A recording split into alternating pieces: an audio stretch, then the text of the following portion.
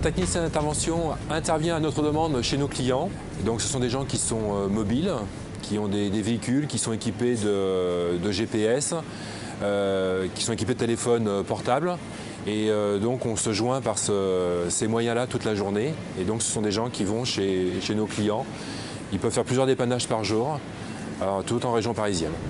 J'aime ce métier parce que, en fait, on est très autonome en fait dans notre façon de travailler. Et chez les clients, c'est un petit peu nous qui prenons les décisions importantes. Donc on leur demande d'être serviables, d'être très réactifs, parce que la grande distribution, c'est un monde qui est sous pression. Et d'être à l'écoute de nos clients et surtout d'essayer de comprendre quels sont leurs problèmes de façon à y remédier très rapidement. Alors, toute la grande distribution est contrôlée assez régulièrement par les services vétérinaires. Chaque classe de produits a des températures bien spécifiques qu'il faut respecter. Le technicien a des responsabilités qui sont importantes. Les produits stockés dans les vitrines ont une valeur marchande qui est souvent importante.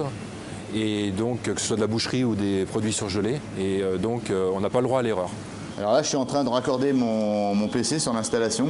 Ça va me permettre de pouvoir diagnostiquer au niveau alarme ce qui s'est passé les 24 ou les 48 dernières heures. On a également des systèmes de télésurveillance par informatique qui nous permettent d'aller nous connecter sur les magasins pour connaître les températures dans les meubles, pour gérer des problèmes d'alarme, pour enclencher des dégivrages et faire également de l'enregistrement de température qui sont les conditions vétérinaires nécessaires aujourd'hui. Il faut avoir l'esprit très déductif en fait. Il faut se mettre à la place de l'installation, il faut vraiment être très logique, quoi. Et on en profite pour resserrer un petit peu tout ce qui est bornier pour la pérennité de l'installation. Je pense qu'aujourd'hui ce travail peut être très motivant pour les jeunes avec une palette assez large au niveau technique. Et c'est un métier où il faut de la volonté, mais quelqu'un qui a de la curiosité peut très bien réussir sans avoir un bagage important au départ. On fait tout le temps des formations en fait, internes, parce qu'on a la chance d'avoir une société qui s'occupe de nous et on se met au courant assez fréquemment.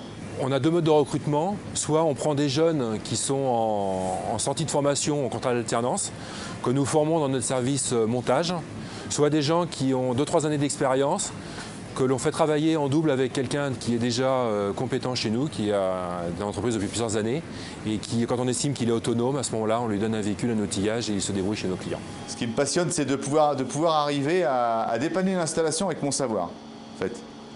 D'arriver à un résultat, en fait. Voilà. Que j'arrive, ils sont en panne, que je reparte, ça fonctionne.